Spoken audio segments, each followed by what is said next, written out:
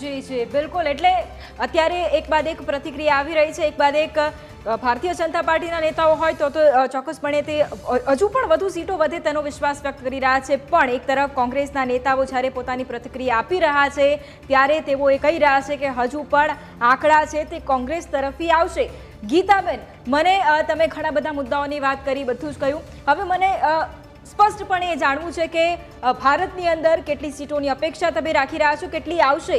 જીતની અપેક્ષા તમે રાખી રહ્યા છો, પણ સીટો કેટલી આવશે અને તેની સાથે સાથે ગુજરાતની અંદર કેટલી સીટોની અપેક્ષા છે?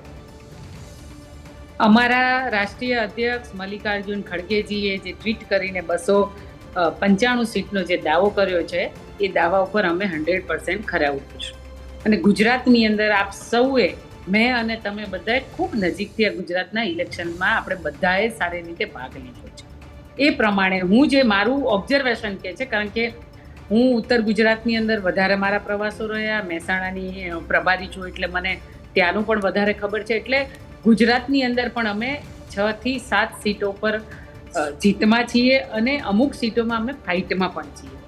જેવી રીતે ગુજરાતની પરિસ્થિતિ છે, નહીં કે ગુજરાતની અંદર જેટલા પણ મુદ્દાઓ હશે ખૂબ સારી રીતે બધાએ બેસીને નેતાઓ સાથે મળીને કાર્યકર્તાઓએ બધાએ ઉત્સાહભેર આ વખતે ઇલેક્શનની અંદર ભાગ લીધો છે અને ભાગની અંદર દરેક મતદાતા સુધી અમે પહોંચ્યા છીએ. અને હું માનું છું ત્યાં સુધી ગુજરાતની અંદર આ વખતે અકલ્પનીય, આપણે વિચાર્યું નહીં હોય પણ એવા પરિણામો આવવાના છે ને. હું તમને કહું છું કે ગુજરાતની અંદર વધારે નહીં તો કંઈ નહીં, પણ અમે 5 સીટો તો જીતવાના છીએ.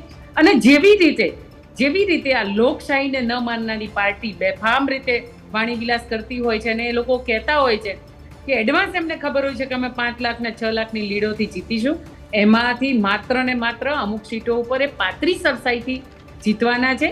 અને આ વખતે હું માનું છું ત્યાં સુધી દેશની અંદર ઇન્ડિયા અલાયન્સ, લોકોની સરકાર, જનતાની સરકાર, મહિલાઓની સરકાર, યુવાનોની સરકાર, આ ગુજરાતની અંદર દેશની અંદર ઇન્ડિયા અલાયન્સ જીતશે અને ખૂબ લોકોનો સાથ સહકાર રહ્યો છે ને.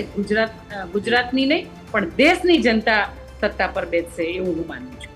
જી ગીતાબેન, જીગરભાઈ, ગીતાબેને પાતળી સરસાઈની વાત કરી છે. આપણે દેશના આંકડા ઉપર જઈએ, દેશના એક્ઝિટ પોલ ઉપર જઈએ એની પહેલાં એકવાર ફરીવાર ગુજરાતમાં આવીએ તો અમુક એવી સીટ છે જ્યાં આપણે માનવું પડે કે કોંગ્રેસે દમદાર ઉમેદવાર રાખ્યા છે. બનાસકાંઠા હોય, વલસાડ હોય કે પછી ઇન્ડી ગઠબંધનની ભરૂચ, પછી ભાવનગર ઉમેશ મકવાણા, એવી સીટ છે કે જ્યાં આપણે એ વાતને નકારી ના શકીએ કે મજબૂત ઉમેદવાર રાખ્યા છે. આપણે પર્ટિક્યુલરલી હવે સાઉથની વાત કરીએ, મતલબ કે દક્ષિણ ગુજરાતની વાત કરીએ તો ભરૂચ એક એવી બેઠક, વલસાડ એક એવી બેઠક, આપના મતે જો મનસુખ વસાવાને એવું કહેવું જ પડે કે ચૈતર વસાવા ફળ્યા છે, કારણ કે એટલે જ કદાચ મનસુખભાઈને રિપીટ કરવામાં આવ્યા છે જીગરભાઈ, પણ એક વલસાડ એક એવી બેઠક છે કે જ્યાં આનંદ પટેલ મજબૂત ઉમેદવાર કોંગ્રેસના, અને ભરૂચમાં ચૈતરભાઈ, કારણ કે ત્યાં એક એ બી બ્રાન્ડિંગ જોરદાર થયું છે, એક જ ચાલે ચૈતર ચાલે. તો આ બે બેઠકને લઈને આપનું શું અનુમાન છે?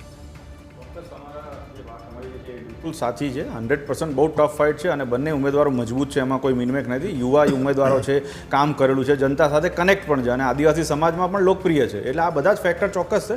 ભરૂચ સીટની જ્યાં સુધી વાત છે ત્યાં સુધી એક ફેક્ટર એવું છે જે કદાચ આપણે હજી ક્યાંક ચર્ચામાં બહુ ઓછું આવ્યું છે, નગણ્ય ના કરી શકાય, એ છે કે કોંગ્રેસની અંદરથી જે ઉમેદવાર મૂકવાની વાત હતી અહેમદ પટેલ સાહેબના દીકરા કે દીકરીની, એ જ્યારે વાત કેન્સલ થઈ અને પછી આ ઉમેદવાર મૂકવામાં આવ્યા ત્યારે અંદરખાને ત્યાં કેટલી તૂટફૂટ થઈ હશે આપણે નથી જાણતા.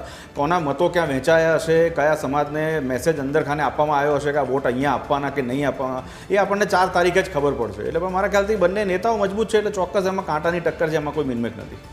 બિલકુલ, અહીંયા એક સૌથી મહત્વપૂર્ણ સમાચાર પણ આવી રહ્યા છે. જેમ જેમ એક્ઝિટ પોલના આંકડાઓ સામે આવી રહ્યા છે તેમ તેમ મહત્વપૂર્ણ અપડેટ્સ પણ સામે આવી રહી છે. ન્યૂઝ કેપિટલ સતત એ અપડેટ્સ પણ તમને બધાને દર્શકોને દર્શાવી રહી છે. એક્ઝિટ પોલ મુજબ ગુજરાતમાં વિપક્ષનો વોટ શેર ઘટવાનો છે. ઇન્ડિયા ગઠબંધનથી બીજેપીના વોટ શેરમાં ઘટાડાની અહીંયા શક્યતાઓ જોવા મળી રહી છે. વિધાનસભા ચૂંટણીના પરિણામ કરતા ઇન્ડી ગઠબંધનનો વોટ શેર છે વધશે. વિધાનસભા ચૂંટણીમાં બીજેપીને 53% વોટ શેર મળ્યો હતો, જેમાં હવે ઘટાડાની સંભાવના છે અને વિધાનસભા ચૂંટણીમાં કોંગ્રેસનો વોટ શેર 26.5% હતો. એટલે ઇન્ડી ગઠબંધન અહીંયા વોટ શેરમાં ફાયદો છે. 2019માં બીજેપીને 62.21 અને કોંગ્રેસને 32.11% મતો મળ્યા હતા. 2019માં બીજેપીનો જે વોટ શેર છે તેમાં 2.10%નો વધારો પણ થયો હતો. એટલે કે અહીંયા જે એક્ઝિટ પોલના આંકડા સામે આવી રહ્યા છે, ન્યૂઝ કેપિટલ સતત એનાલિસિસ કરી રહ્યું છે અને દર્શકો સુધી સચોટ માહિતી પહોંચાડી રહ્યું છે.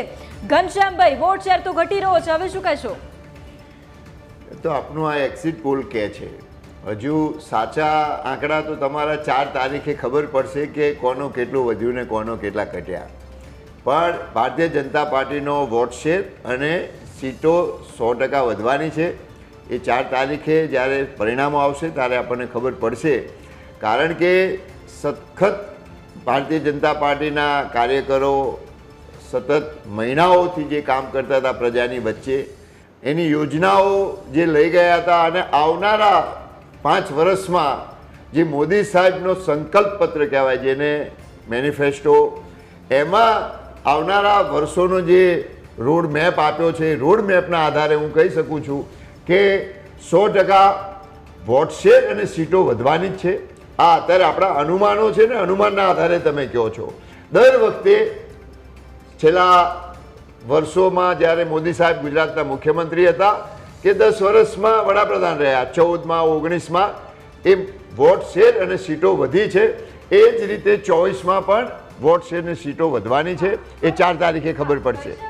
અનુમાનની વાત કરીએ, આપણે અનુમાનમાં જ રહીએ, પણ એક હકીકત પણ તમને 2022ની કહું, જ્યાં આમ આદમી પાર્ટીએ પોતાના ઉમેદવારો ઊભા રાખ્યા, એમાં ભારતીય જનતા પાર્ટીને ફાયદો મળ્યો અને કોંગ્રેસના વોટ શેર પણ ઘટ્યા અને કોંગ્રેસ ખૂબ ઓછા બેઠકોમાં સીમિત રહી ગઈ, એનો ફાયદો તમને મળ્યો. એ વાસ્તવિકતા તો તમે માનો છો કે નથી માનતા, એને પણ નકારો છો? એ તો કોંગ્રેસની નબળાઈ હશે એટલે કોંગ્રેસ મત ના લઈ શકી. ભારતીય જનતા પાર્ટીએ તો એના કામગીરીના અને એના મેનેજમેન્ટના આધારે જે મત મેળવ્યા એ મેળવ્યા છે. એ આમ આદમી પાર્ટીના કારણે મળ્યા કે કોંગ્રેસના એના મળે એ શક્ય જ નથી. જે મળ્યા ગીતાબેન, એ મતો ભારતીય જનતા પાર્ટી અને એની કામગીરીના આધારે મળ્યા હતા. એટલે આમ આદમી પાર્ટી અને એની વચ્ચે જે થયું તે કોંગ્રેસ નબળી હશે તો ક્યાંક કોંગ્રેસના મતો આમ આદમી પાર્ટીમાં ગયા. એ જવાબ આપી દો ને ખાલી એટલો જ કે શું કામ તમે એવા કર્યા છે ગુજરાતની અંદર કે જેના નામે તમે મત માંગી શકો? તો આપણે ગુજરાતની પ્રજાને મૂર્ખ કહેવાનું તમે એવું માનો છો કે ગુજરાતની પ્રજાએ મૂર્ખ છે એટલે મત આપ્યા? મૂર્ખ તમે કહો છો, હું નહીં, તમે એમ કહો છો કે મત તો મૂર્ખ છે એટલે મત આપ્યા. આ સાણી ગુજરાતની પ્રજાએ સમજીને એને જે કામગીરી ભારતીય જનતા પાર્ટી કરી એના આધારે મત મળેલા છે. આ વખતે બીજેપી નો કાર્યકર્તા તમે ગુજરાતનો વિકાસ જુઓ. ગુજરાતમાં મહિલાઓ હોય, યુવાનો હોય, ખેડૂતો હોય, ખેતમજૂરો હોય, કારીગરો હોય, તમામ લોકો માટે જે કામ કર્યા એના આધારે મત મળેલા છે. ઠીક છે, આપણે આગળ પણ ચર્ચા કરીશું. ગીતાબેન, આગળ પણ ચર્ચા